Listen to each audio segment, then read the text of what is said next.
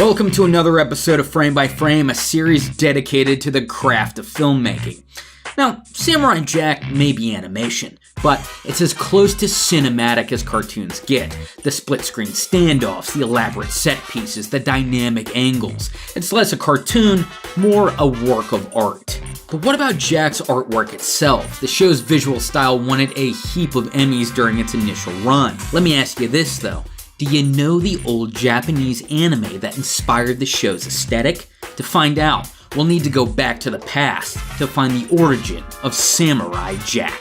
Meet Genndy Tartakovsky. He's the guy who created the Powerpuff Girls, Dexter's Laboratory, and Samurai Jack. Yeah, for all I know, he built Cartoon Network brick by brick too. Anyway, Genndy is pointed to many influences behind Samurai Jack, some even as obscure as the 1974 film The Longest Yard. The show's biggest influence, though, the 1963 Japanese animation, The Little Prince and the Eight-Headed Dragon. Look at that artwork. It's not your typical Disney fare, and I'll tell you why. First, the characters have little to no shading, which gives them a very two-dimensional appearance. Second, bright colors are used, and the color is applied in these big sections. The illustration itself is abstract. Figures are drawn with rigid lines, or they're composed of strong geometric shapes, so they only barely resemble their real-world counterparts, if they even have them. Now, take a Disney film from the same era, 101 Dalmatians. Notice how the characters are all outlined in black, or how muted the colors are? The illustration is fairly realistic too, qualities that all differ from The Little Prince's aesthetic. Now, while The Little Prince was a landmark anime, few outside the animation community even know its reputation, which kinda sucks, because there's a lot to love about The Little Prince, especially its score, which was composed by Akira Ifukube, who created the original Godzilla soundtrack.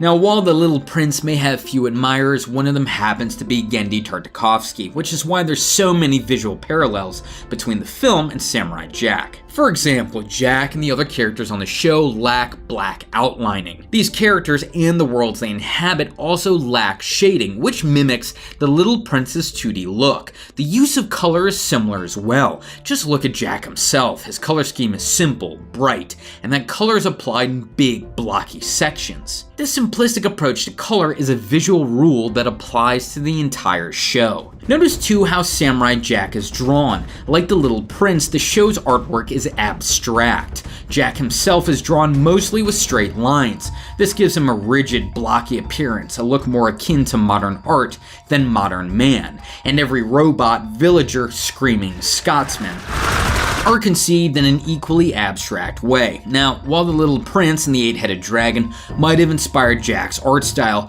Tartakovsky's show is innovative in its own right. Take Samurai Jack's pacing. Episodes often start with these long stretches of silence, which are then shattered by frantic fight sequences. What's missing?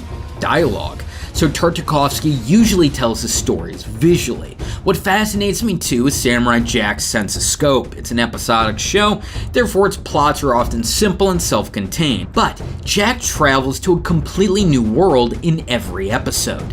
So you have these small stories framed within an enormous universe. It's a beautiful contrast. That said, Season 5 has adopted a serialized format, so that juxtaposition is lost now that the show's telling a much bigger story.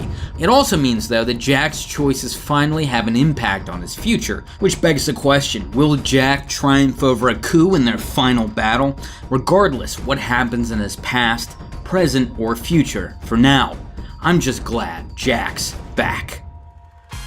Thank you for watching, ladies and gentlemen, and make sure to subscribe to this channel, Film Theory, for more fantastic film-related content. If you'd like to check out more Frame by Frame, click the frame to the left. Or if you'd like to check out a Film Theory episode, click the frame to the right. And until next time, my name is Kyle, and this has been Frame by Frame.